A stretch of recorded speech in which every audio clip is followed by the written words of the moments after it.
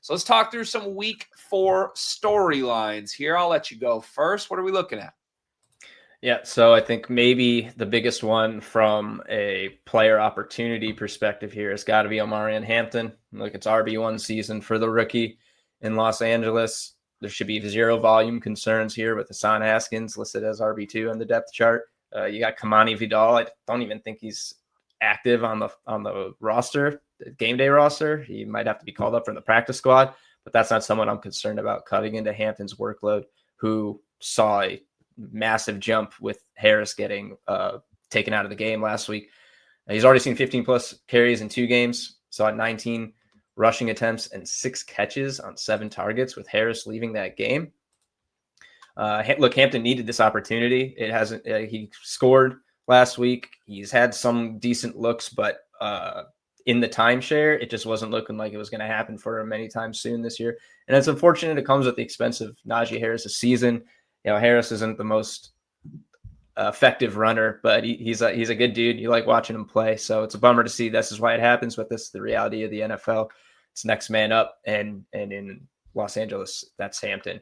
He gets a really soft Giants defense this week, allowing 112.3 rushing yards per game, 4.3 receptions, and 1.3 touchdowns to running backs through 3 games. This is a smash spot. They cannot stop the run at all. They give up scores, yards, receptions.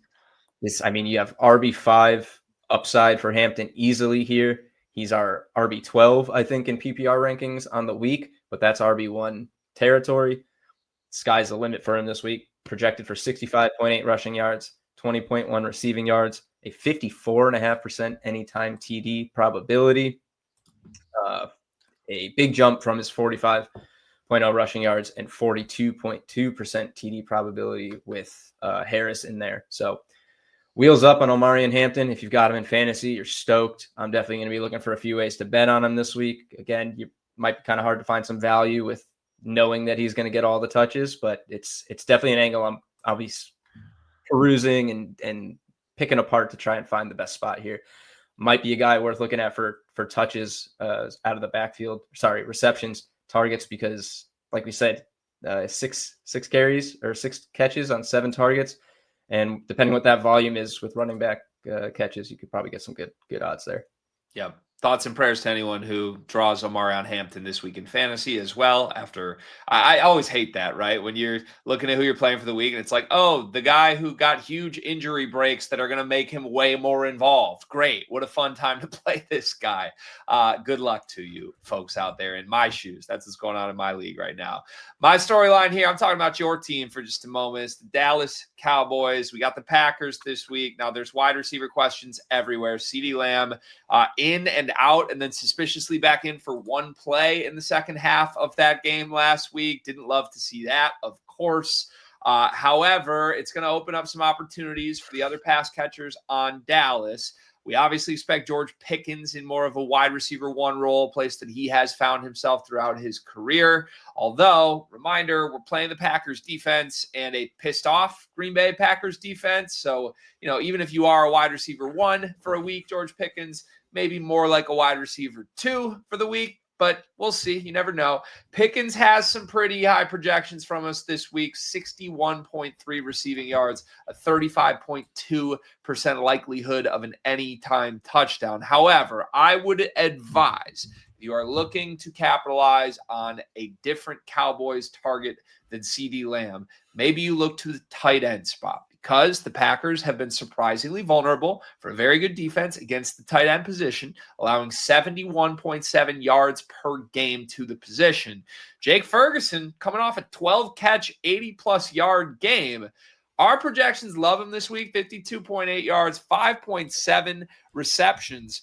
For the record, out of all pass catchers in the NFL this week, Jake Ferguson is 5th in terms of projected receptions for the week, behind only the biggest names in the sport, Puka Nacua, Amon-Ra St. Brown, Jackson Smith-Njigba, who's everywhere right now, and then Trey McBride, who arguably should be tight end 1 every single week. So I think if you're in a PPR league, this is a great spot if you're holding on to Jake Ferguson. If you're a prop bettor like Dave and I are, this is another really fun spot to try and get some plus money laddering up the list with Jake Ferguson. You had a note on the Packers here, and since, again, this is your team, the Dallas Cowboys, I would expect no one to be more in tune with all things Green Bay right now than you, Dave. What's your note on the Packers here? Yeah, well, this is one that I'm going to be suffering through as a fan and forcing myself to watch probably the whole thing. I will watch every second of the game. I suffer through, but when a game gets real out of control in the first half, I'm not ashamed to say I shut it off in the third quarter. So I have a feeling this might be this kind of game. So I'm going to be trying to get something out of it, and that's going to be by betting on the Packers to shred the Cowboys. And which wide receivers in this Packers defense are going to shred this Swiss cheese of a defense by the Cowboys, who are allowing 220.3 receiving yards per game to wide receivers. All right. That's not passing yards per game. That's just receiving yards to the wideouts. Forget tight ends, forget running backs, who they can't stop either. That's 25 more than the next team. That's a pretty sizable gap. This includes the Cowboys playing the Eagles when Jalen Hurts passed for $152, I think, in week 1. That's how bad they've been the last 2 weeks. $167 for Neighbors and $142 for Wan'Dale Robinson in week 2. They gave up 101 yards to Luther Burden in week 3. Those are wide receiver 2s and 3s hitting numbers like this, all right? Not just the studs. And the Packers, they don't really have a stud. They spread the ball around a lot. Jordan Love has 25 or fewer attempts in 2 games, so it's kind of hard to see maybe a huge increase in volume. But if they want to just put this game away early, they're just going to pass all over him. Give Josh Jacobs the week off practically. You don't need to put the pressure on the run game because the Cowboys simply can't stop anyone through the air. You have Dobbs here projected for 48. Golden for 46, Dontavian Wicks for 46, Tucker Kraft for 45. It's a real even split here because of how much they spread this ball around.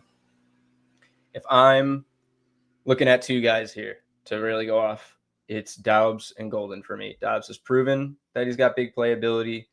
Jordan Love has tried to connect with Matthew Golden on a couple big passes. I think it was week 2, just overthrew him for like what would have been 75-yard walk-in touchdown. I wouldn't be surprised if there are multiple 30-plus yard receptions in this game, something worth looking at. But, it's really just a matter of which one is going to do it because somebody's going off in this game. I'm playing Dobbs and Golden, probably touchdowns, probably yards.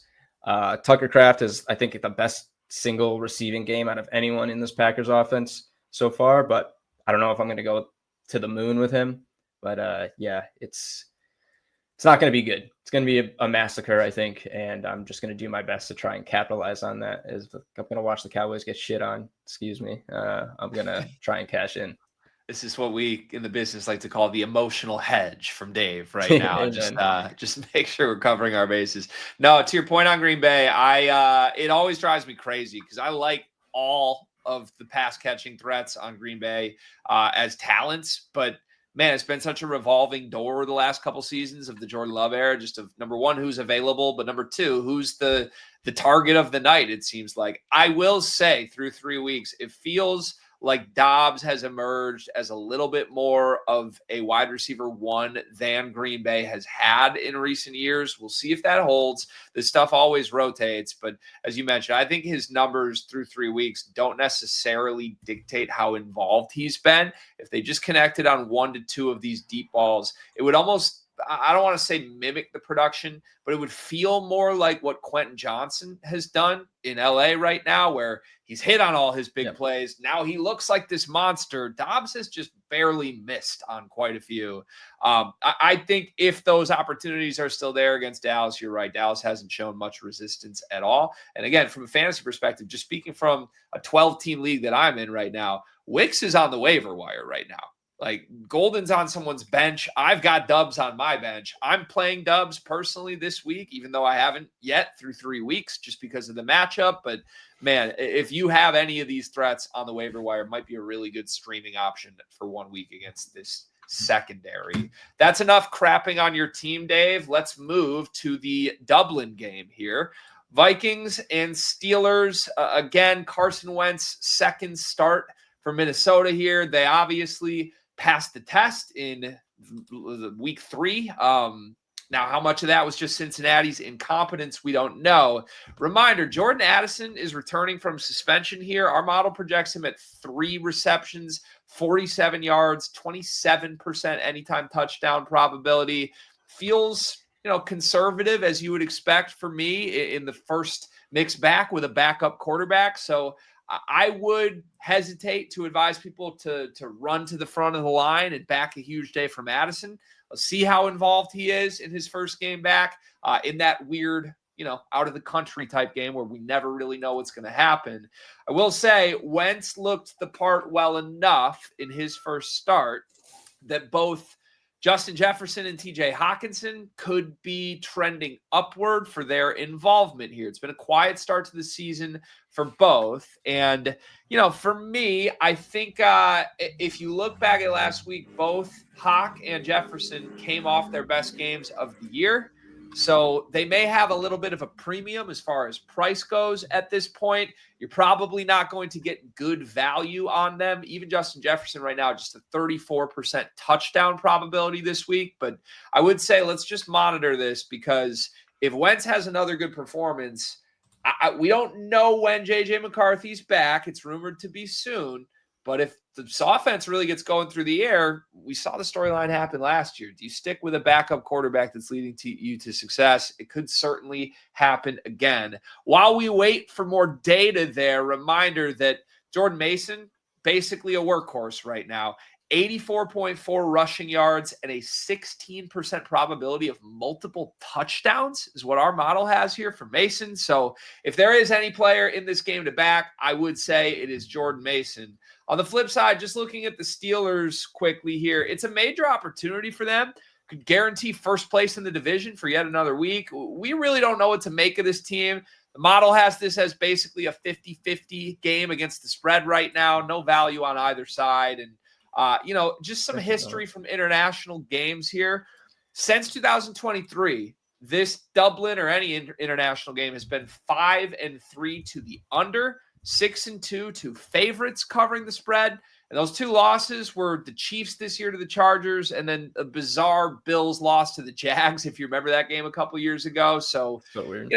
It trends with the international game. I don't know how much stock to put in them. I will say betting on the better team to survive adversity is usually a good idea. This is a very abnormal spot. And look, I think both of these franchises have survived injuries, changes at key spots, obviously quarterback changes this year, right? Tomlin's a great coach. O'Connell's a great coach. I don't see much value either side against the spread here. If I'm looking to bet this, it's probably just Jordan Mason having another huge game. Any thoughts on this international spot, Dave? I'm pretty much in agreement with you. Jordan Mason's probably the best guy to back here. Value might be hard to get on Hawkinson, but I do like his opportunity. The Steelers are giving up over 70 yards and a touchdown per game to tight ends, so it's a good spot. And like we said, Carson Wentz pulled him out of the grave from two games doing absolutely nothing. So he's probably the only other guy I would look to. But again, the value might be kind of tough. I would definitely like him for a touchdown in some good plus money, 150 to 200 range probably. What do we got him for here? 22.8%. So that's actually lower. You should probably be looking for around 300 according to the model. So that's pretty much says it all, that you'll probably be finding him in that range, but should be looking at those odds. Yep. All right. Thank you for the check there. We've also got 3 teams with high expectations sitting at 1-2, back against the wall spot, as I alluded to. 2 of them play each other. It's the Chiefs and the Ravens. Take us through what you're looking for here. Yeah, so huge implications for both these teams in the postseason race. The Ravens have a great roster that could be undefeated, and now it could be 1-3 coming out of this week, thanks to a poor rushing defense. Derrick Henry's really weird fumble issues. I think 1 per game, a couple of them in some really key spots that have swung these games. The model has the Ravens winning this game, but the Chiefs covering the 2.5-point spread. So I expect a close game, playoff atmosphere in week 4, which is pretty nuts. But neither of these teams wants to be in this position, and the model's got a pretty close one here. Another one, the Broncos, they could be 3-0. Both of their losses were very close, but now they're staring down 1-3 in a division with a 3-0 team right now. They get a good spot versus the Bengals, who are reeling without Joe Burrow, but only 9.6% to win the division. It's a tough spot to be with three teams at 1-2 right now, and the Chargers running away. So it's really now or never for all these 1-2 teams, and only with certainty will someone in the Ravens and Chiefs game come away without a worse record this week. Again, they could be a tie, so not much better. Yeah. I can't really recall seeing either of these teams in a spot like this, right? Like, it's been the Chiefs league, even though, yes, there's been other Super Bowl champions in between it. But if you're trying to tell me this hasn't been the Pat Mahomes era, you're lying to me. And look, the Ravens are always right on the doorstep. They have been the entire Lamar Jackson era. It's very rare to see these two organizations staring down 1-3. And I would expect we get the best of both of these teams this week. Where that leaves them, and more importantly, where that leaves them in terms of futures betting and probabilities and all that, we'll tell you next week on this very show.